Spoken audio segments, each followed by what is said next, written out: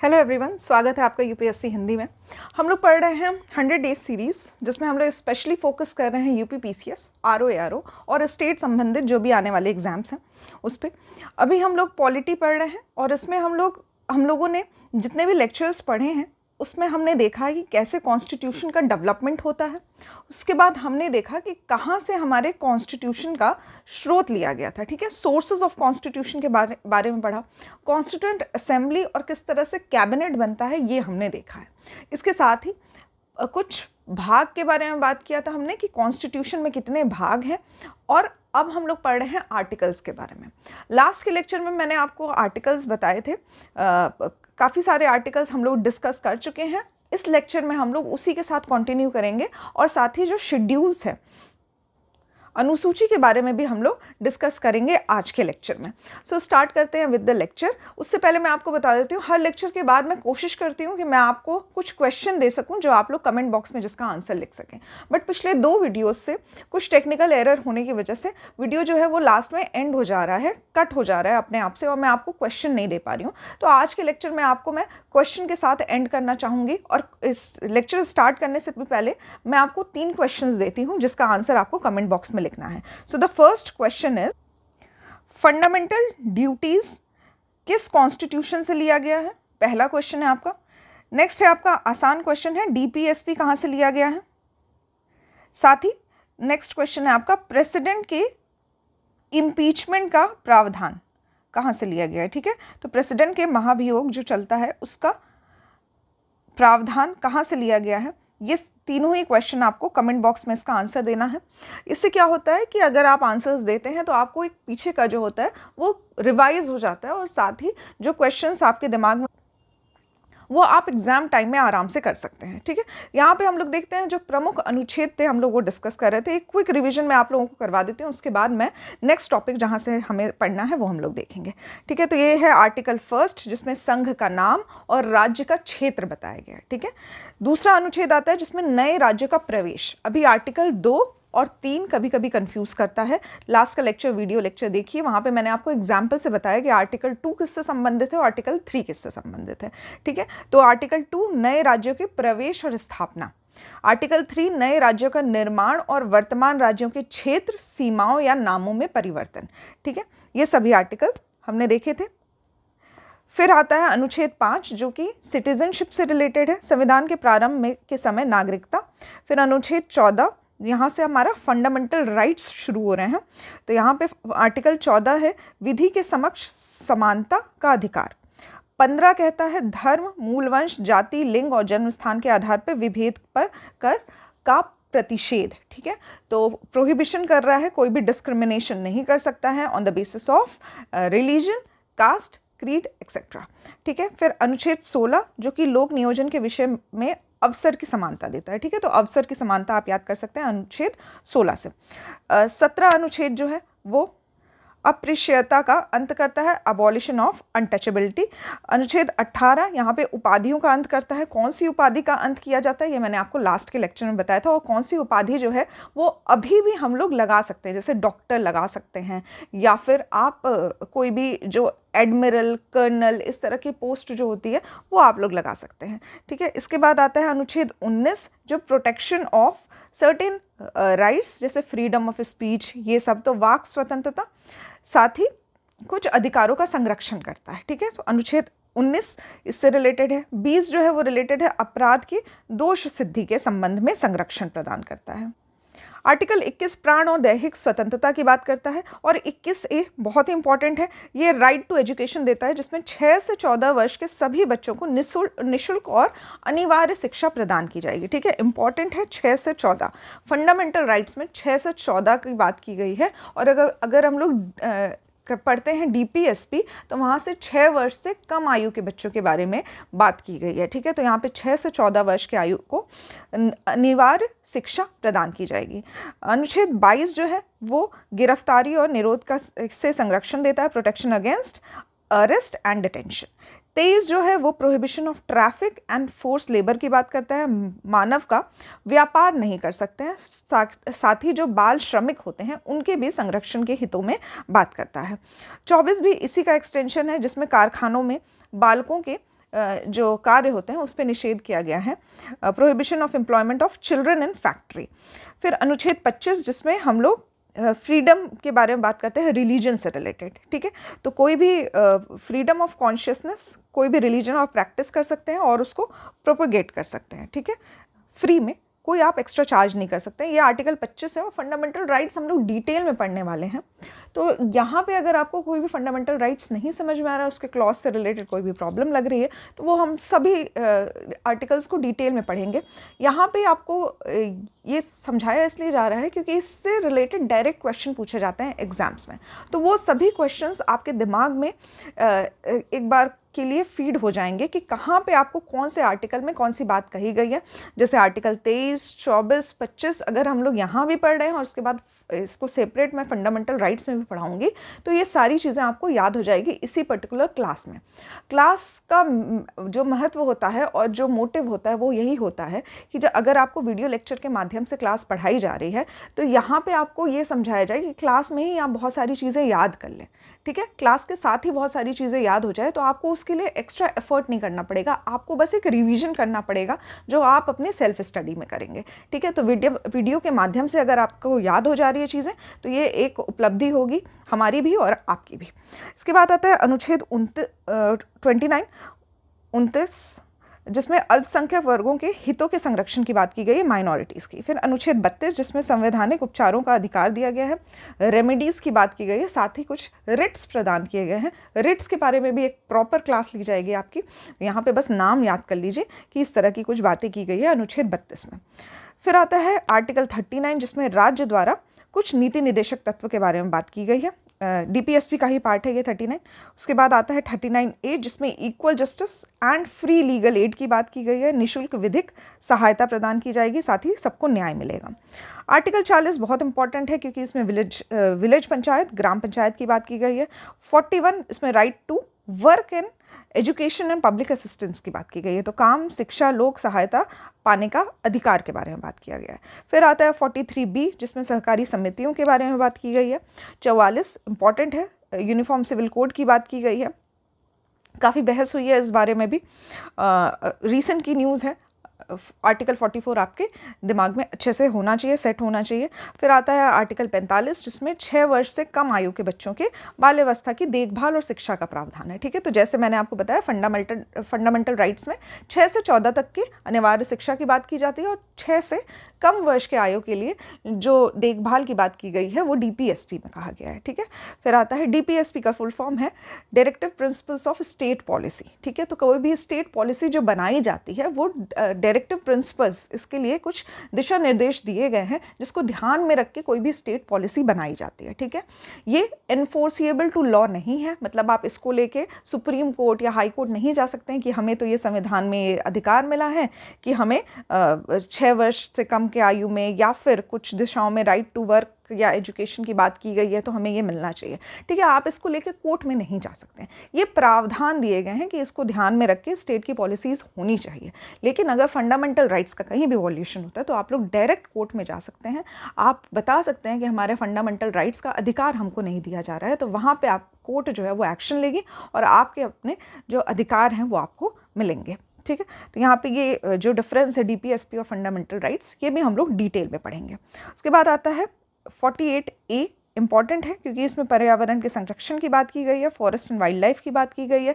कभी भी पर्यावरण से रिलेटेड या फिर कोई भी आप मेंस का क्वेश्चन लिख रहे हैं तो अगर आप आर्टिकल 48A का मेंशन कर देते हैं तो आपका एक वैल्यू एडिशन हो जाता है क्वेश्चन में, ठीक है। आपका क्वेश्चन और प्रभावी हो जाता है उस टाइम पे। आर्टिकल 48, अभी ये 48A की बात की गई है जिसमें प्रोटेक्शन ऑफ एनवायरनमेंट की बात कर रहा है। अगर सिर्फ 48 की बात की जाए तो उसमें एग्रीकल्चर और एनिमल हस्बेंड्री की बात की गई है, ठीक है, पशुपालन की बात की गई है। फिर आर्टिकल 49 में जो नेशनल इंपॉर्टेंस के लिए जो मॉन्यूमेंट्स हैं उनके संरक्षण की बात की गई है। आर्टिकल 50, तो यहाँ पे जुडिशरी और एग्जीक्यूटिव के सेपरेशन की बात की गई है। आर्टिकल 51, इसमें promotion of internal peace and security की बात की गई है। यहाँ पे हमारा जो डीपीएसपी है वो ख़त्म हो जाता है। उसके बाद आता है 51A जिसमें मूल कर्तव्य, फंडामेंटल ड्यूटीज़ की बात कही गई है। फिर आता है अनुच्छेद 52, यहाँ भारत के राष्ट्रपति यानी कि यूनियन की जो नियुक्तियां हैं उनके बारे में चर्चा की गई है, उनके बारे में प्रावधान दिए गए हैं। तो आर्टिकल 52 भारत के राष्ट्रपति, 55 जो है वो रिलेटेड है प्रेसिडेंट के इलेक्शन पद्धति से रिलेटेड। आर्टिकल 57 इस पे भी क्वेश्चन पूछे गए हैं, तो री इलेक्शन की एलिजिबिलिटी पूछी गई है। 58 में राष्ट्रपति के क्वालिफिकेशन योग्यता की बात की गई है। आर्टिकल 60 इसमें शपथ और प्रतिज्ञान ओथ एंड अफर्मेशन की बात कही गई है। 61 इंपॉर्टेंट है, काफ़ी डायरेक्ट क्वेश्चन पूछे जाते हैं, इम्पीचमेंट ऑफ प्रेसिडेंट की बात की गई है। साथ ही अगर वाइस प्रेसिडेंट ऑफ इंडिया की बात की जाए तो वो आर्टिकल 63 में दिया हुआ है, ठीक है, इंपॉर्टेंट है 63। फिर आर्टिकल 64 में वाइस प्रेसिडेंट राज्यसभा का चेयरमैन होगा, ठीक है, ऐसी बात की गई है। तो ये आर्टिकल 64, 63 और 64 दोनों ही वाइस प्रेसिडेंट से रिलेटेड है। फिर आर्टिकल 66 में इलेक्शन उपराष्ट्रपति के निर्वाचन की बातें कही गई है, ठीक है। फिर आता है आर्टिकल 72 जिसमें प्रेसिडेंट को पावर दी गई है कि आप क्षमा दंड दे सकते हैं या फिर निलंबन, परिहार या फिर लघुकरण कर सकते हैं। ये सभी शक्तियां राष्ट्रपति को प्रदान की गई है, ठीक है। तो पार्डन, सस्पेंड, रेमिट, कम्यूट ये सभी क्या होते हैं ये हम लोग सेपरेट जब प्रेसिडेंट के बारे में पढ़ेंगे, डिटेल में लेक्चर पढ़ेंगे, तब हम लोग जानेंगे ये सभी शक्तियां क्या होती हैं। जानना अभी इस लेक्चर में बस इतना है कि आर्टिकल 72 प्रदान करता है राष्ट्रपति को ये सभी अधिकार, ठीक है। उसके बाद आता है आर्टिकल 74 जिसमें काउंसिल ऑफ मिनिस्टर्स की बात की गई है। तो राष्ट्रपति की सहायता और सलाह देने के लिए एक मंत्री परिषद का गठन किया जाएगा। 75 जो है वो रिलेटेड है, 75 जो अनुच्छेद है हमारा वो रिलेटेड है प्राइम मिनिस्टर ऑफ इंडिया से। साथ ही इंपॉर्टेंट है 76 आर्टिकल, डायरेक्ट क्वेश्चन इससे भी पूछे जाते हैं। यहाँ पे attorney general of India, Bharat का महान्यायवादी के बारे में प्रावधान दिए गए हैं। इसके बाद आता है अनुच्छेद 80 जो है वो राज्यसभा के संरचना से रिलेटेड है और 81 लोकसभा की संरचना से रिलेटेड है, ठीक है। 83 में आता है राज्यसभा का स्थायी सदस्य होना, कुछ खास इंपॉर्टेंट नहीं है। 84 में संसद की सदस्यता के लिए क्वालिफिकेशन की बात कही गई है। 85 में इसके सेशन, सत्र, सत्रावसान और विघटन की बात की गई है। आर्टिकल 100 जो है वो रिलेटेड है चेयरमैन और डेप्यूटी चेयरमैन ऑफ राज्यसभा से। 108 इंपॉर्टेंट है, ये जॉइंट सिटिंग से रिलेटेड है, मतलब दोनों सदनों की संयुक्त बैठक से। उसके बाद आता है आर्टिकल 110 जिसमें धन विधेयक की परिभाषा दी गई है, मनी बिल को डिफाइन किया गया है। फिर आता है 112 जिसमें एनुअल फाइनेंशियल स्टेटमेंट की बात की गई है। यहाँ पे बजट शब्द का यूज़ नहीं किया गया है, बट एनुअल फाइनेंशियल स्टेटमेंट जो होती है वो बजट का ही प्रारूप है, मतलब उसी को कहा गया है यहाँ पे 112 आर्टिकल में, ठीक है। फिर 114 आर्टिकल जो है वो अप्रोप्रिएशन बिल की बात करता है। 122 आर्टिकल जो है वो ये कहता है कि कोर्ट जो है वो इंक्वायरी नहीं कर सकता है, कोई भी पार्लियामेंट की प्रोसीडिंग होती है, ठीक है। पार्लियामेंट में अगर कोई चर्चा हो रही है या किसी ने कोई बात कह दी है किसी और को, तो इसको लेके आप कोर्ट में डायरेक्टली नहीं जा सकते। यहाँ पे ये इस बात की इंक्वायरी नहीं की जा सकती है कि इस पर्टिकुलर पर्सन ने ये बात क्यों कही, ठीक है। तो जांच न्यायालयों द्वारा संसद की कार्रवाइयों की जाँच नहीं की जा सकती। यहाँ पे 123 आर्टिकल बहुत इंपॉर्टेंट है क्योंकि यहाँ पे राष्ट्रपति को शक्ति दी गई है कि यदि संसद जो है वो सत्र में नहीं है तो आप ऑर्डिनेंस ला सकते हैं, ठीक है। नेक्स्ट हमारा इंपॉर्टेंट आर्टिकल है 124 जो कि सुप्रीम कोर्ट की स्थापना और गठन से रिलेटेड है। 129 जो है वो उच्चतम न्यायालय का अभिलेख न्यायालय होना ये प्रावधान देता है, कोर्ट ऑफ रिकॉर्ड, ठीक है। 129 वेरी इंपॉर्टेंट, ठीक है, कोर्ट ऑफ रिकॉर्ड। फिर आता है आर्टिकल 137 जो कि रिव्यू ऑफ जजमेंट और ऑर्डर्स बाय सुप्रीम कोर्ट, उच्चतम न्यायालय के पुनर्विलोकन की शक्ति देता है, ठीक है।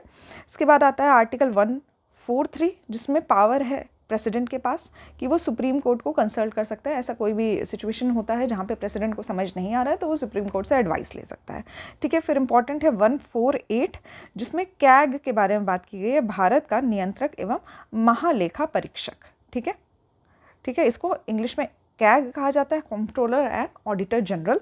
ये आर्टिकल 148 में दिया हुआ है। यहाँ तक आर्टिकल्स हमने लास्ट अपना जो लेक्चर था उसमें डिस्कस कर लिया है। आज के लेक्चर में हम लोग इससे आगे प्रोसीड करेंगे। तो आर्टिकल 148 के बाद आता है इंपॉर्टेंट आर्टिकल आता है हमारा 153। अब हम लोग स्टेट के बारे में बात कर रहे हैं, ठीक है। यूनियन की लिस्ट हमारी पार्ट 6 जो है वो खत्म होती है। उसके बाद आएगा हमारा पार्ट 6, मतलब पार्ट 5 जो है वो खत्म हो रहा है। यहाँ पे यूनियन की सभी चीज़ें जो नियुक्ति हैं वो खत्म हो गई हैं। अब हम लोग स्टेट की नियुक्तियों के बारे में पढ़ेंगे। तो सबसे पहला इंपॉर्टेंट आर्टिकल है आर्टिकल 153 जिसमें गवर्नर किसी स्टेट का एक गवर्नर होगा, इसके बारे में क्या प्रावधान होंगे, कैसे गवर्नर की नियुक्ति की जाएगी, कैसे इलेक्शन होंगे, ये सभी प्रावधान जो है वो आर्टिकल 153 में दिया हुआ है। ठीक है, 155 में अपॉइंटमेंट ऑफ गवर्नर के बारे में बात की गई है, मतलब 153 में कहा गया है कि स्टेट का एक गवर्नर होगा। ठीक है, इसके अपॉइंटमेंट की बात 155 में कही गई है। 154 में एग्जीक्यूटिव पावर ऑफ स्टेट की बात की गई है। 161 में, ठीक है, यहाँ पे 161 में जो राज्यपाल की शक्तियाँ हैं क्षमा दंड से रिलेटेड, किसी दंड को क्षमा करने से रिलेटेड, ये सभी जो हैं निलंबन, परिहार, लघुकरण, ये सभी 161 आर्टिकल में दिया हुआ है। ठीक है, फिर आता है नेक्स्ट 162 आर्टिकल, जिसमें राज्य की कार्यपालिका शक्ति का विस्तार के बारे में बात की गई है। फिर 164 आता है, जिसमें राज्यपाल द्वारा मुख्यमंत्री की नियुक्ति की जाएगी और मुख्यमंत्री की सलाह पर अन्य मंत्रियों की नियुक्ति की जाएगी। ठीक है, तो 164 आर्टिकल्स जो है वो चीफ मिनिस्टर के नियुक्ति से रिलेटेड है। ठीक है, किसी भी स्टेट के चीफ मिनिस्टर की नियुक्ति। इससे पहले 163 आर्टिकल जो है वो काउंसिल ऑफ मिनिस्टर्स की नियुक्ति से रिलेटेड है।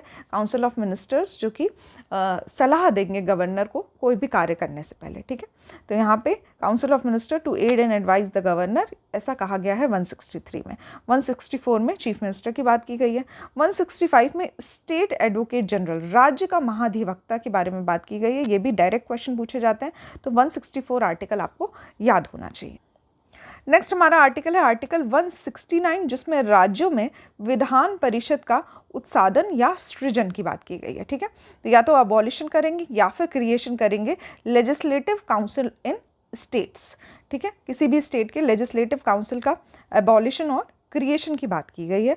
174 आर्टिकल, इसमें राज्यपाल द्वारा राज्य विधानसभा के समय समय पर सत्र बुलाने, उसका सत्रावसान तथा विधानसभा को विघटित करने का अधिकार जो है वो राज्यपाल को दिया गया है। ठीक है, तो सेशन बुलाना किसी भी स्टेट लेजिस्लेचर का, प्रोरोगेशन करना और डिसॉल्व करना, ये सभी अधिकार राज्यपाल के पास दिए गए हैं 174 आर्टिकल में।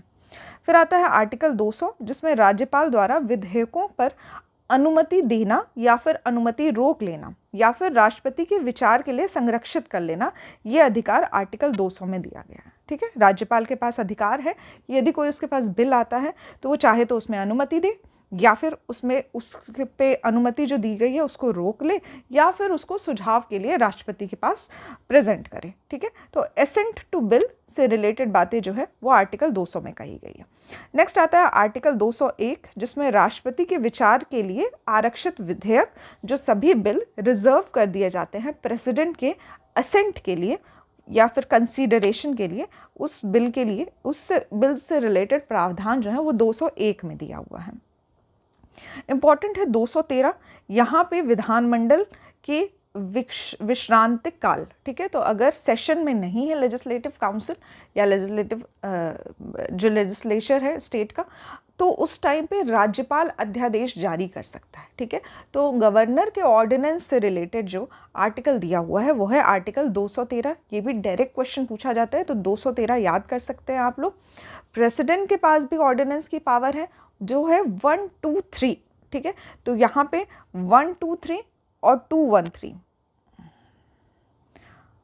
1, 2, 3 और 213, ये आप लोग याद कर सकते हैं। बस डिजिट्स को इधर उधर करना है, दोनों ही में 1, 2 और 3 डिजिट्स आ रहे हैं। ठीक है, तो इसको याद करने का जो भी तरीका आप यूज़ कर सकते हैं आप कर सकते हैं। बस याद होना चाहिए कि प्रेसिडेंट के ऑर्डिनेंस की पावर दी गई है 1, 2, 3 में, और राज्यपाल जो गवर्नर हैं उनके ऑर्डिनेंस की पावर दी गई है 213 में। उसके बाद आता है हमारा नेक्स्ट आर्टिकल 214, जिसमें राज्यों के लिए उच्चतम न्यायालय का गठन किया जाएगा। हाई कोर्ट के बारे में कुछ प्रावधान दिए गए हैं 214 में, इंपॉर्टेंट आर्टिकल है। और उच्च न्यायालय भी कोर्ट ऑफ रिकॉर्ड होगा। ठीक है, ऐसी बात कही गई है अनुच्छेद 215 में। ठीक है, तो 214 रिलेटेड है हाई कोर्ट से, 215 कोर्ट ऑफ रिकॉर्ड होने से। 216 में उच्च न्यायालय के गठन, कॉन्स्टिट्यूशन की बात की गई है, किस तरह से जजेस का प्रावधान दिया गया है और किस तरह से हाई कोर्ट का गठन किया जाएगा, इन सब से रिलेटेड प्रावधान 216 में दिए गए हैं। साथ ही जजेस ऑफ हाई कोर्ट की नियुक्ति और उनके पद की शर्त जो है वो 217 में दिया हुआ है। ठीक है, फिर आता है 219, जिसमें उच्च न्यायालय के न्यायाधीशों द्वारा शपथ, ओथ एंड अफर्मेशन की बात की गई है। 226 आर्टिकल जो है इम्पॉर्टेंट आर्टिकल है, इसमें उच्च न्यायालय के पास जो रिट्स निकालने की शक्ति है, ठीक है, ये इसका प्रावधान जो है 226 में दिया गया है, ठीक है। तो एक तो सुप्रीम कोर्ट के पास रिट्स की शक्ति है जिसकी चर्चा हम लोगों ने आर्टिकल 32 में किया था, और अब हम लोग 226 पढ़ रहे हैं जिसमें हाई कोर्ट के पास रिट्स जारी करने की शक्ति है। 226 आर्टिकल वेरी इंपॉर्टेंट है, याद कर सकते हैं आप। फिर है 231 आर्टिकल जिसमें 2 या अधिक राज्यों के लिए एक ही उच्चतम न्यायालय की स्थापना की जाएगी, establishment of high court for 2 और मोर स्टेट्स। ये भी डायरेक्ट क्वेश्चन पूछा जाता है तो आप याद कर सकते हैं 231। उसके बाद आता है 233 जिसमें डिस्ट्रिक्ट जज की बात की गई है।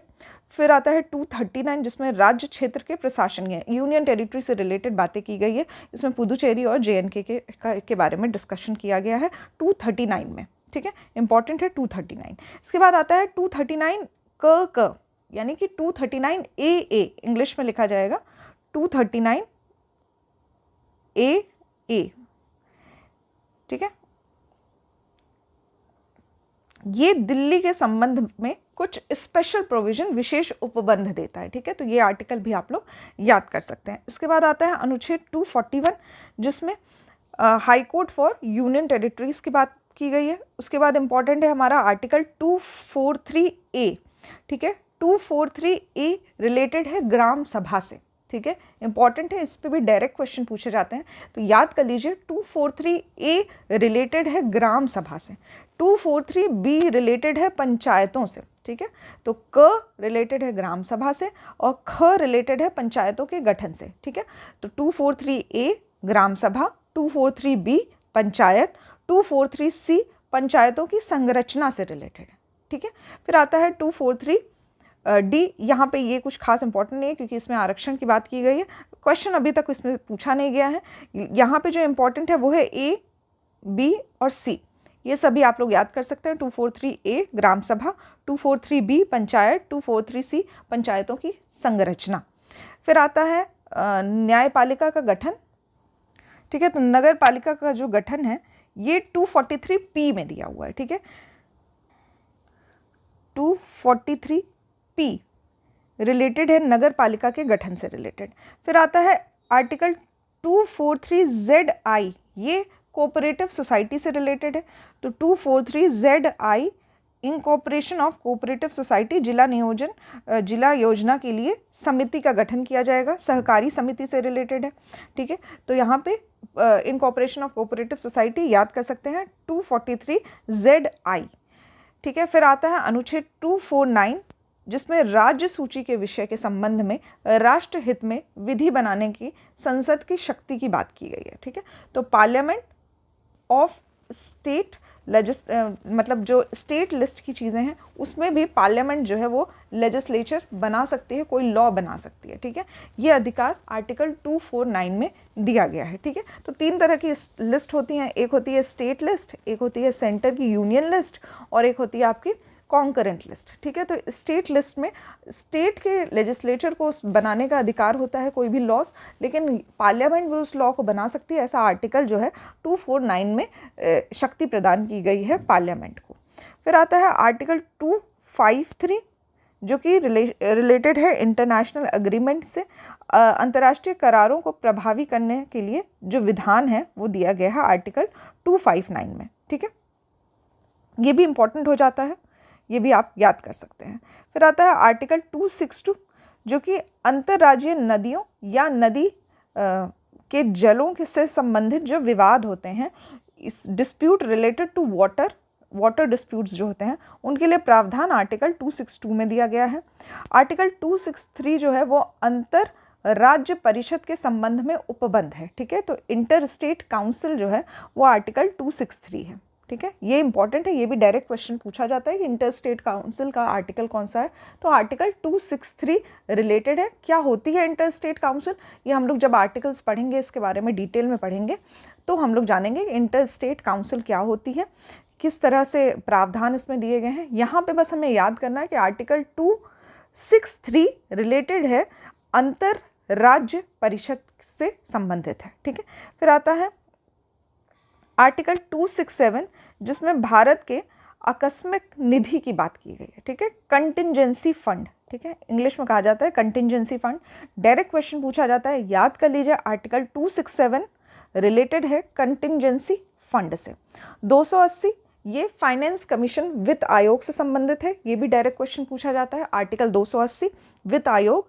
इसके बाद आता है अनुच्छेद 300A 300 क, जो कि विधि के प्राधिकरण के बिना व्यक्तियों को संपत्ति से वंचित ना किया जाए, ऐसा कहा गया है आर्टिकल 300A में। उसके बाद आता है इंपॉर्टेंट आर्टिकल है आर्टिकल 312, जिसमें अखिल भारतीय सेवाओं ऑल इंडिया सर्विसेज के बारे में बात की गई है। इसके साथ आर्टिकल आता है 315, जिसमें संघ और राज्यों के लिए लोक सेवा आयोग की बात की गई है, ठीक है। तो सेंटर यूपीएससी और स्टेट सर्विसेज के लिए जो एक आयोग का गठन किया जाता है वो 315 के तहत किया जाता है।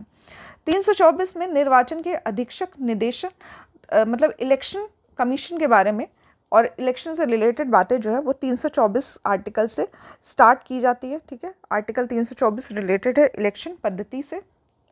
आर्टिकल 326 जो है वो वयस्क मताधिकार की बात करता है, मतलब 18+ वोटिंग राइट्स की बात करता है, अडल्ट सफ्रेज जिसको कहा जाता है इंग्लिश में। 330 जो है वो लोकसभा में अनुसूचित जाति और अनुसूचित जनजातियों के लिए सीटों के आरक्षण की बात करता है। ध्यान दीजिएगा लोकसभा की बात हो रही है 330 में, ठीक है। 331 331 में लोकसभा में आंग्ल भारतीय समुदाय का जो प्रतिनिधित्व, एंग्लो इंडियंस का जो रिप्रेजेंटेटिव था उसके बारे में प्रावधान दिए गए थे। बाद में इसको कैंसिल कर दिया गया था, अब ये प्रावधान नहीं है हमारे कॉन्स्टिट्यूशन में। इसको 104वें संविधान संशोधन अधिनियम के द्वारा इसको निष्प्रभावी कर दिया गया था। इम्पॉर्टेंट है, इसको याद कर लीजिए क्योंकि इससे भी डायरेक्ट क्वेश्चन पूछे जाते हैं। यहाँ पे 104वें संविधान संशोधन अधिनियम 2019 के द्वारा इसको निष्प्रभावी कर दिया गया था, ठीक है। इसके साथ ही ये जो आर्टिकल 331 है इसमें लोकसभा में एंग्लो इंडियन रिप्रेजेंटेटिव की बात की गई है। इसके साथ ही 333 में राज्यों के विधानसभा में एंग्लो इंडियन समुदाय के प्रतिनिधित्व की बात की गई थी। इसको भी 104वें संविधान संशोधन 2019 के द्वारा इसको भी निष्प्रभावी कर दिया गया। तो अब ना इंडियन पार्लियामेंट मतलब पार्लियामेंट के द्वारा यहाँ पे लोकसभा और स्टेट लेजिस्लेचर दोनों में ही जो एंग्लो इंडियन का रिप्रेजेंटेशन था इसको खत्म कर दिया गया है। नेक्स्ट आर्टिकल है आर्टिकल 332, जिसमें राज्यों की विधानसभाओं में अनुसूचित जाति और जनजातियों के लिए स्थानों का आरक्षण किया गया है, ठीक है। तो reservation of seats of SC and ST in state legislature, ठीक है। ये आर्टिकल 332 में प्रावधान दिए गए हैं। आर्टिकल 333 मैंने आपको बता दिया है, एंग्लो इंडियन का रिप्रेजेंटेशन की बात की गई थी, इसमें रिजर्वेशन दिया गया था लेकिन उसको समाप्त कर दिया गया है 104वें संविधान संशोधन अधिनियम 2019 के द्वारा।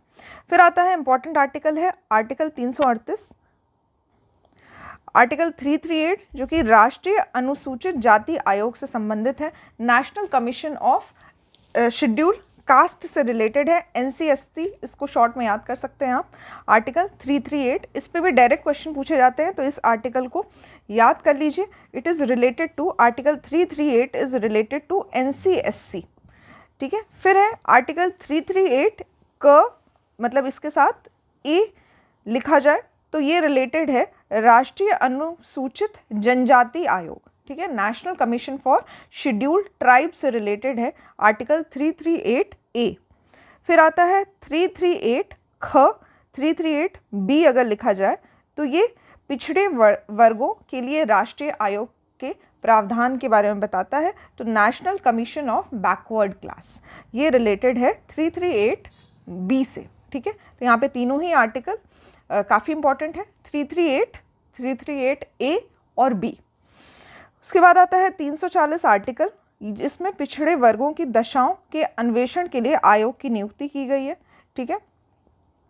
फिर आता है इंपॉर्टेंट आर्टिकल 343, जिसमें संघ की राजभाषा हिंदी और लिपि देवनागरी घोषित की गई है, ठीक है। तो ऑफिशियल लैंग्वेजेस के बारे में जो प्रावधान है वो दिया गया है आर्टिकल 343 में।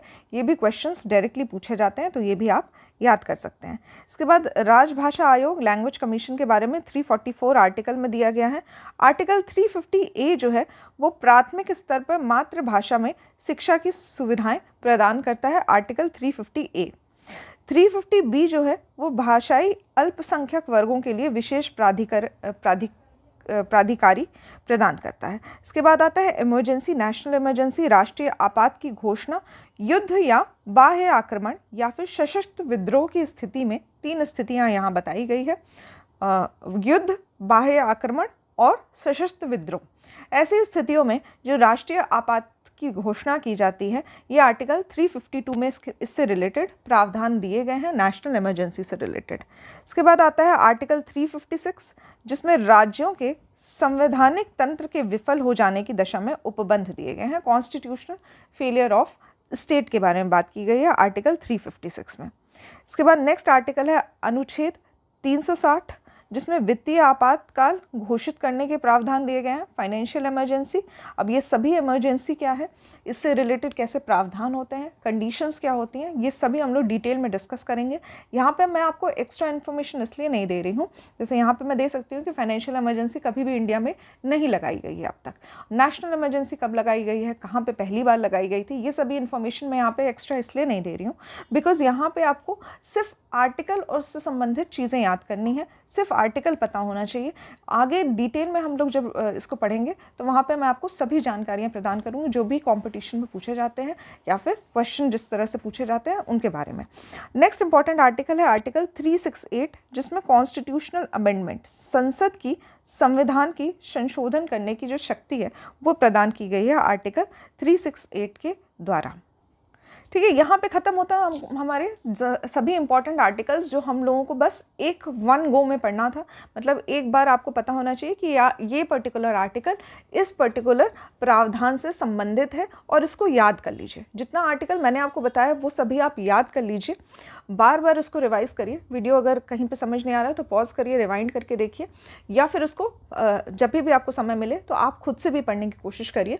तो यहाँ पे ये आर्टिकल्स आप लोग याद कर सकते हैं। इसके बाद जो डिटेल में इसके बारे में इससे रिलेटेड जो भी जानकारियाँ होंगी वो आपको प्रदान की जाएंगी। नेक्स्ट हमारा इंपॉर्टेंट टॉपिक जो आज हम लोग पढ़ेंगे वो है अनुसूचियाँ, शेड्यूल्स। ठीक है, तो भारत के जो मूल संविधान है उसमें 8 अनुसूची हुआ करती थी। ठीक है, लेकिन अगर वर्तमान समय की बात की जाए इसमें 8 से ज़्यादा बढ़ के यह 12 अनुसूचियां हैं। इसको इंग्लिश में शेड्यूल्स कहा जाता है।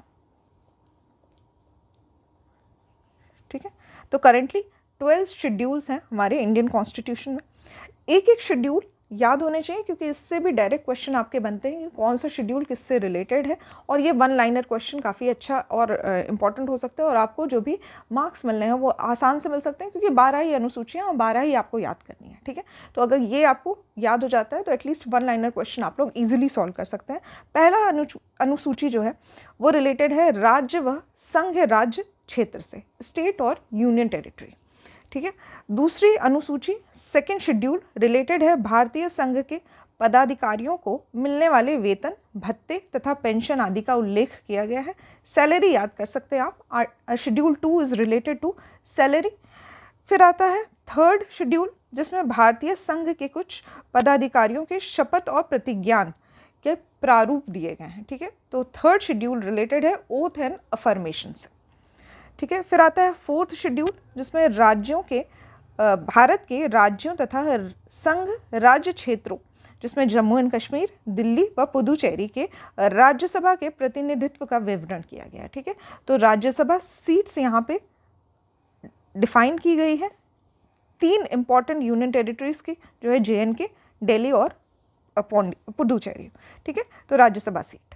फिर आता है फिफ्थ शेड्यूल जो कि अनुसूचित क्षेत्रों तथा अनुसूचित जनजातियों के प्रशासन व नियंत्रण के बारे में कुछ उपबंध दिए गए हैं। तो शेड्यूल कास्ट और शेड्यूल ट्राइब से रिलेटेड है फिफ्थ शेड्यूल। फिफ्थ अनुसूची के अधीन जनजाति भूमि का खनन के लिए निजी पक्षकारों को अंतरण अकृत और शून्य घोषित किया जा सकता है। ठीक है, तो यहाँ पे ये ठीक है, तो कभी कभी ऐसा होता है कि कोई क्षेत्र जो होता है वो रिजर्व्ड होता है शेड्यूल ट्राइब्स के, कोई जनजाति जो है वो उस क्षेत्र में रहती है, तो उसमें कोई खनन की क्रिया हो रही है या फिर कोई डेवलपमेंट के लिए कोई प्रोजेक्ट बनाए जा रहे हैं, तो उसमें किस तरह के प्रावधान होंगे उससे रिलेटेड चीज़ें दी हुई है शेड्यूल 5 में। फिर आता है शेड्यूल 6 जिसमें क्लियरली मेंशन है असम, मेघालय, त्रिपुरा और मिजोरम। ठीक है, याद कर सकते हैं AM, TM कोई भी निमोनिक बना सकते हैं जो भी आपको समझ में आए, यहाँ पे जो भी आपको आसानी से याद हो जाए। यहाँ पे असम है, ए से असम, एम से मेघालय, फिर टी से त्रिपुरा और मिज़ोरम। ठीक है, यहाँ पे कंफ्यूज नहीं होना है। मणिपुर इसमें मेंशन नहीं है। असम, मेघालय, त्रिपुरा और मिज़ोरम, इन 4 राज्यों के जनजातीय क्षेत्रों के प्रशासन के बारे में प्रावधान दिए गए हैं शेड्यूल 6 में। फिर आता है 7वां शेड्यूल, जो कि केंद्र व राज्यों के बीच शक्तियों के विभाजन के बारे में बताता है, और इसमें 3 सूचियों का वर्णन किया गया है। पहला है संघ सूची, यूनियन, राज्य और समवर्ती सूची। ठीक है, तो यूनियन, स्टेट और कॉन्करेंट लिस्ट के बारे में बात की गई है, जिसमें जो यूनियन लिस्ट है इसमें वर्तमान की गणना मैं आपको बता रही हूँ। अर्लियर कौन से कितने प्रावधान हुआ करते थे जब इनिशियल लेवल पे बना था, उसको याद करने के बजाय जो वर्तमान स्थिति है बस उतना ही याद रखिए। तो यूनियन लिस्ट जो है उसमें 98 सब्जेक्ट्स हैं। ठीक है, तो इसमें कुल 98 सब्जेक्ट है, जिसपे कानून बनाने का अधिकार केवल संघ को दिया गया है। सेंटर ही इसमें कानून बना सकती है। नेक्स्ट है हमारी राज्य सूची, जिसमें वर्तमान में 59 सब्जेक्ट हैं। पहले 66 विषय हुआ करते थे, अभी सिर्फ 59 है। ठीक है, जिन पे कानून राज्य द्वारा बनाए जाते हैं। ठीक है, तो ये है सेंट्रल लिस्ट, यूनियन लिस्ट और स्टेट लिस्ट। इसमें कितने सब्जेक्ट्स आते हैं, ये अक्सर match the following type question या फिर ऑब्जेक्टिव टाइप क्वेश्चन अक्सर आपसे पूछ लिया जाता है। तो यूनियन लिस्ट और सेंट्रल स्टेट लिस्ट के जो सब्जेक्ट्स हैं वो आपको याद होने चाहिए। उसके बाद आता है समवर्ती सूची, जिसमें कुल 47 विषय हुआ करते थे। वर्तमान में इसको बढ़ा के 52 कर दिए गए हैं। ठीक है, तो 98, 59, 52 ये सब्जेक्ट्स जो हैं तीनों, यूनियन, स्टेट, कॉन्करेंट, ये सभी आपको याद होने चाहिए। ठीक है, नाउ ये जो 52 सब्जेक्ट्स हैं समवर्ती सूची में, इसमें कानून बनाने का अधिकार संघ और राज्य दोनों को ही है। ठीक है, इसके बाद आता है कौन सी राज्य सूची के विषय, इंपॉर्टेंट विषय मैं आपको बता देती हूँ। पुलिस, लोक स्वास्थ्य, स्वच्छता, प्रति व्यक्ति कर, गैस, कृषि, रेलवे पुलिस, कारागार, पंचायती राज एवं भूमि सुधार, ये राज्य सूची के विषय हैं। ठीक है, तो यहाँ पे पुलिस, पब्लिक हेल्थ, क्लीनलीनेस, हर प्रति व्यक्ति, पर कैपिटा इनकम, गैस या फिर एग्रीकल्चर से रिलेटेड, रेलवे की पुलिस, जेल से रिलेटेड प्रावधान, पंचायती राज की व्यवस्था और लैंड रिफॉर्म, ये सभी स्टेट लिस्ट में आते हैं। नेक्स्ट, रेडियो और टेलीविज़न, शेयर बाजार, डाकघर, पोस्ट ऑफिस, बचत बैंक, जनगणना, बैंकिंग, बीमा, रक्षा, रेलवे एवं निगम, ये सब संघ सूची के विषय हैं। इसके बाद आर्थिक योजना, आपराधिक मामले, जनसंख्या नियंत्रण, परिवार नियोजन, शिक्षा, वन, दंड प्रक्रिया, विवाह तथा तलाक या गोद लेना, ये सभी समवर्ती सूची के विषय हैं। ये भी आपको याद होने चाहिए, क्योंकि अक्सर क्या होता है कि कुछ कन्फ्यूजन हो जाती है कि एग्रीकल्चर कौन से लिस्ट का पार्ट है या फिर एजुकेशन कौन सी लिस्ट में आता है। तो एजुकेशन जो है वो रिलेटेड है कॉन्करेंट लिस्ट से। ठीक है, ठीक है, तो यहाँ पे जो ये इम्पॉर्टेंट सब्जेक्ट्स हैं, जैसे मैरिज या फिर डाइवोर्स या फिर गोद लेने की प्रक्रिया या फिर जनसंख्या नियंत्रण इम्पॉर्टेंट है, ये सभी कॉन्करेंट लिस्ट में आते हैं। जो संघ की सूची है उसमें कौन से सब्जेक्ट्स आते हैं ये भी आप लोग यहाँ से देख सकते हैं। ठीक है, रिवाइज कर सकते हैं एक बार। फिर उसके बाद इम्पॉर्टेंट है हमारी 8th शेड्यूल, जिसमें भारतीय संविधान द्वारा वर्तमान में मान्यता प्राप्त 22 भाषाओं का उल्लेख किया गया है। ठीक है, तो ऑफिशियल लैंग्वेज से रिलेटेड है 8वीं अनुसूची। इसमें कुछ इम्पॉर्टेंट कॉन्स्टिट्यूशनल अमेंडमेंट्स किए गए थे, उसके बारे में हम लोग देख लेते हैं। तो सबसे पहले 1967 में 21st कॉन्स्टिट्यूशनल अमेंडमेंट होता है, जिसके द्वारा सिंधी लैंग्वेज जो है वो ऐड की जाती है। ठीक है, तो मूलतः अगर संविधान की बात की जाए तो उसमें 14 लैंग्वेज हुआ करती थी। बाद में धीरे धीरे कॉन्स्टिट्यूशन अमेंडमेंट के साथ साथ कई लैंग्वेजेस को ऐड किया गया, जिसमें सबसे पहला आता है 1967 का 21st कॉन्स्टिट्यूशनल अमेंडमेंट, जिसमें सिंधी ऐड किया गया था। उसके बाद 1992 में 71st कॉन्स्टिट्यूशनल अमेंडमेंट के द्वारा 3 लैंग्वेज ऐड की गई थी, कोंकणी, नेपाली और मणिपुरी। ठीक है, जिसे KNM याद कर सकते हैं आप। अभी इस साल का यूपीएससी 2024 का जो क्वेश्चन है उसमें भी इसके बारे में पूछा गया है, ठीक है, क्वेश्चन, डायरेक्ट क्वेश्चन इस पे पूछा गया था, तो याद कर सकते हैं आप लोग। 1992 का 71st कॉन्स्टिट्यूशनल अमेंडमेंट, जिसमें 3 लैंग्वेज जोड़ी गई है। शॉर्ट फॉर्म याद कर सकते हैं आप, KNM, ठीक है, कोंकणी, नेपाली और मणिपुरी। उसके बाद आता है 2004 का संविधान संशोधन, जो 92nd कॉन्स्टिट्यूशनल अमेंडमेंट है। इसमें 4 लैंग्वेज और जोड़ी जाती है, जिसमें संथाली, डोगरी, मैथिली और बोडो शामिल है। तो इसको याद कर सकते हैं आप शॉर्ट ट्रिक से, BDMS, ठीक है। This was 92nd constitutional amendment, जो कि 2004 में हुआ था। इसके बाद जो ऑफिशियल लैंग्वेज है हमारी, वो टोटल जो है वो 22 लैंग्वेजेस हैं, ठीक है, ऐसा 8th शेड्यूल में गिवन है। उसके बाद आता है 9th शेड्यूल, जिसमें विशिष्ट अधिनियम और विनियम का विधि मान्यता, ठीक है, शॉर्ट में इसको लैंड रिफॉर्म के नाम से याद कर सकते हैं। भूमि सुधार अधिनियम दिए हुए हैं इसमें 9th शेड्यूल में, ठीक है। जो प्रथम संविधान संशोधन हुआ था, फर्स्ट कॉन्स्टिट्यूशनल अमेंडमेंट एक्ट 1951, इसके द्वारा संविधान में शामिल किया गया था 9वीं अनुसूची, जो कि भारत के प्रथम प्रधानमंत्री जवाहरलाल नेहरू के कार्यकाल के दौरान भारतीय संविधान में शामिल किया गया था, ठीक है। तो फर्स्ट कॉन्स्टिट्यूशनल अमेंडमेंट 1951, ये 9th शेड्यूल से रिलेटेड है, इसको आप याद कर सकते हैं। वर्तमान में इस अनुसूची में लगभग 282 अधिनियम हैं, ठीक है। इस पे अभी क्वेश्चन मैंने कभी देखा नहीं है, तो मैं आपको ये डेटा याद करने के लिए तो नहीं कहूँगी, हाँ, लेकिन ये फर्स्ट कॉन्स्टिट्यूशनल अमेंडमेंट है, 1951 में किया गया था, और 9th शेड्यूल रिलेटेड है भूमि सुधार अधिनियम, लैंड रिफॉर्म से, ये आप लोग याद कर सकते हैं। इसके बाद इंपॉर्टेंट आता है 10th शेड्यूल, 10वीं अनुसूची, जो कि दल परिवर्तन के आधार पर निर्भरता के बारे में उपबंध दिया गया है, ठीक है। तो यदि कोई एक दल से, कोई एक पॉलिटिकल पार्टी से दूसरी पॉलिटिकल पार्टी में जब ट्रांसफ़र लेता है, ठीक है, छोड़ के जाता है, तो दल का परिवर्तन करता है, तो उससे रिलेटेड जो भी एलिजिबिलिटी है, जो भी क्राइटेरिया होते हैं, उसके बारे में उपबंध दिए गए हैं 10वीं अनुसूची में। इसको ऐड किया गया था 1985 में 52nd कॉन्स्टिट्यूशनल अमेंडमेंट के द्वारा। ये भी काफ़ी इंपॉर्टेंट हो जाता है, क्योंकि इससे भी डायरेक्ट क्वेश्चन पूछे जाते हैं कि दल बदल कानून, जिसको इंग्लिश में एंटी डिफेक्शन लॉ कहा जाता है, ये कब शामिल किया गया था संविधान में, ठीक है। तो इंपॉर्टेंट है 52nd कॉन्स्टिट्यूशनल अमेंडमेंट 1985, ठीक है। उसके बाद आता है 11th शेड्यूल, जो पंचायतों से रिलेटेड है। पंचायतों से रिलेटेड जो भी प्रोविज़न है वो इसमें दिए गए हैं, ठीक है। इसको संविधान में जोड़ा गया था 1992 में 73rd कॉन्स्टिट्यूशनल अमेंडमेंट के द्वारा, और इस अनुसूची में पंचायती राज से संबंधित 29 विषय हैं, ठीक है। इंपॉर्टेंट है ये भी, क्योंकि 29 सब्जेक्ट्स हैं।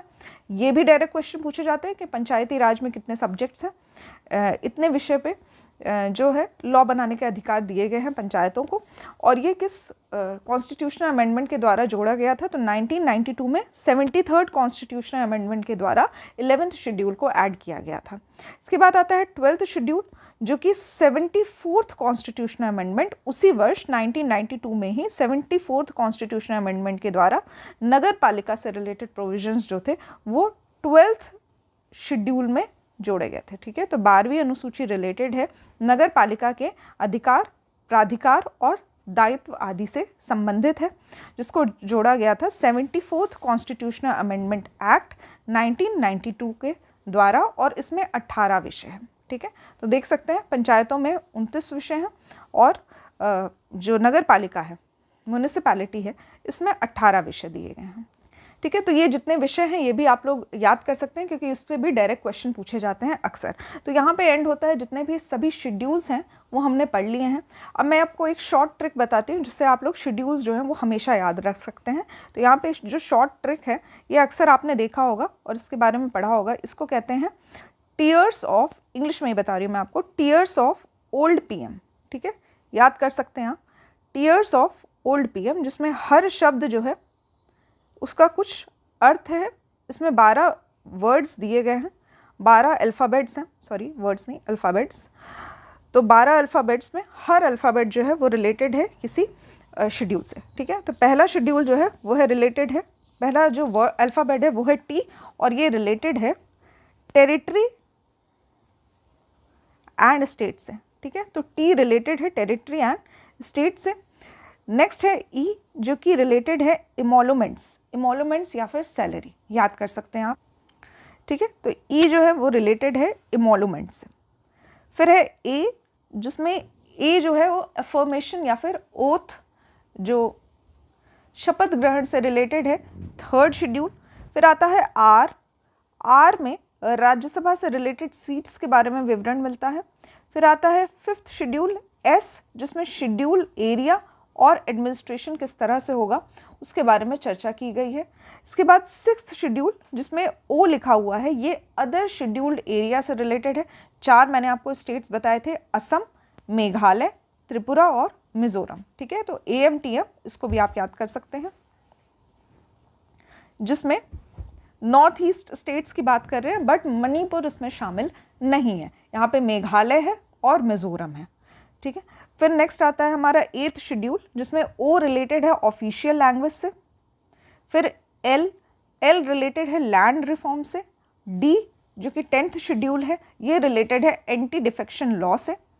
इसके बाद आता है 11 में पी लिखा हुआ है, पी रिलेटेड है पंचायत से, और एम रिलेटेड है 12th शेड्यूल रिलेटेड है म्यूनिसिपैलिटी से, ठीक है। तो यहाँ पे ये याद करने का प्रोसेस मैंने आपको बता दिया। यहाँ पे शायद ये एफ छूट गया था, 7th शेड्यूल, ये मैं आपको फिर से बता देती हूँ। तो 7th शेड्यूल रिलेटेड है फेडरल लिस्ट से, यहाँ पे यूनियन, स्टेट और कॉन्करेंट लिस्ट की बात कही गई है, ठीक है। तो अगर आप लोग ये याद करते हैं और पता रहता है कि कौन से प्रावधान जो है वो किस शेड्यूल में दिए गए हैं, और इस तरह से ट्रिक के माध्यम से इसको 2-3 बार पढ़िए तो आपको याद हो जाएगी। ये सारी शेड्यूल्स जो है वो आसानी से याद हो सकते हैं। इसके साथ ही अगर इसके अलावा कोई और ट्रिक आपको आती है या फिर आपको याद करनी है, जिस तरह से भी आप लोग याद कर सकते हैं, ठीक है। तो मेन ऑब्जेक्टिव बस इतना है ये ट्रिक बताने का कि इससे आपको आसानी से याद हो जाएगा। अगर आपको ऑलरेडी याद है तो बहुत अच्छी बात है, या फिर आपको किसी और ट्रिक के माध्यम से याद करना है तो वो भी आप कर सकते हैं। यहाँ पर मैंने जो आपको ट्रिक बताई है ये टीयर्स ऑफ ओल्ड PM है। मैंने आपको हर एक अल्फ़ाबेट जो दिया हुआ है इसके बारे में पहले ही डिटेल में समझा दिया है। यहाँ पे मैंने आपको शॉर्ट में समझाया है, इंग्लिश में समझाया है, इसको आप अपने अकॉर्डिंग ट्रांसलेट कर सकते हैं, ठीक है। यहाँ पे एंड होता है हमारा जो सभी आर्टिकल्स थे और शेड्यूल्स थे। नेक्स्ट लेक्चर में हम लोग देखेंगे उद्देशिका के बारे में, प्रियम्बल के बारे में हम लोग चर्चा करेंगे, और साथ ही अगर प्रियम्बल खत्म हो जाता है तो आगे का आने वाला जो टॉपिक है वो भी मैं उसी में ऐड कर दूंगी, ठीक है। सेशन के एंड में मैं आपसे जो भी इससे रिलेटेड, जो भी आज के लेक्चर में मैंने आपको पढ़ाया उससे रिलेटेड मैं आपको कुछ क्वेश्चंस दे रही हूँ। ये क्वेश्चंस आप लोगों को आंसर करना है कमेंट बॉक्स में, इससे आप लोगों का प्रॉपर जो है वो रिविजन हो जाएगा, ठीक है। तो जो पहला क्वेश्चन है वो है गवर्नर तथा प्रेसिडेंट का ऑर्डिनेंस जारी करने का, अध्यादेश जारी करने का अधिकार जो है वो कौन से आर्टिकल में दिया हुआ है, ठीक है। ये दोनों ही आर्टिकल आपको मेंशन करना है कमेंट बॉक्स में। नेक्स्ट क्वेश्चन है एंटी डिफेक्शन लॉ, दल बदल कानून जो है वो कब लाया गया था, कौन से ईयर में लाया गया था, किस संविधान संशोधन से लाया गया था, और कौन से अनुसूची में इसका वर्णन मिलता है, ठीक है। ये नेक्स्ट क्वेश्चन है आपका। थर्ड क्वेश्चन है आपका ऑफिशियल लैंग्वेज, राजभाषा से रिलेटेड आर्टिकल बताना है और साथ ही शेड्यूल बताना है, ठीक है। तो यहाँ पे आर्टिकल और शेड्यूल दोनों ही बताना है जो कि ऑफिशियल लैंग्वेज से रिलेटेड है। साथ ही कितने ऑफिशियल लैंग्वेज हैं इंडिया के ये आप लोग बता सकते हैं, और अगर जानकारी के लिए आपको बताना हो तो कौन से संविधान संशोधन किया गया था किस पर्टिकुलर लैंग्वेज से, और कौन सी लैंग्वेज, कौन सी भाषाएं जो है वो जोड़ी गई है उस संविधान संशोधन से, और उसका ईयर आप लोग बता सकते हैं, ठीक है। थोड़ा बड़ा क्वेश्चन मैंने पूछ लिया क्योंकि एक ही क्वेश्चन में काफ़ी सारे पॉइंट्स जो हैं वो आपको बताने हैं, बट इससे क्या होगा आपका प्रॉपर रिविजन हो जाएगा और साथ ही जानकारी से आपको याद भी हो जाएगी चीज़ें, ठीक है। तो आज के लेक्चर में बस इतना ही। जितना भी मैंने आपको टॉपिक्स बताए हैं इसको आप लोग रिवाइज कर लीजिए, अच्छे से याद कर लीजिए। घटना चक्र में जो भी क्वेश्चंस दिए हुए हैं इससे रिलेटेड, आर्टिकल से रिलेटेड, साथ ही शेड्यूल से रिलेटेड, ठीक है। ये सारे क्वेश्चन आप लोग सॉल्व कर सकते हैं घटना चक्र से या फिर किसी भी स्टेट सर्विसेज के प्रीवियस ईयर क्वेश्चन से। जो भी टॉपिक्स मैंने बताए हैं आपको ये सभी एक शॉर्ट नोट्स की तरह हैं, इनको बस आप याद कर लीजिए। आपके जितने भी क्वेश्चंस दिए हुए हैं वो सभी आपके सॉल्व हो जाएंगे आसानी से। और अगर कोई और इम्पॉर्टेंट टॉपिक्स उसमें ऐड होता है जो कि आपको क्वेश्चन के माध्यम से नहीं आ रहा है, तो उसका आप एक सेल्फ नोट प्रिपेयर कर सकते हैं क्वेश्चन वाइज। ठीक है, इससे क्या होगा कि क्वेश्चन सॉल्विंग एटीट्यूड या फिर अप्रोच जो है वो आप में इंक्रीज होगा। ठीक है, आज के लिए बस इतना ही। नेक्स्ट लेक्चर में हम लोग स्टार्ट करेंगे प्रीएम्बल के साथ। So thank you for watching the lecture.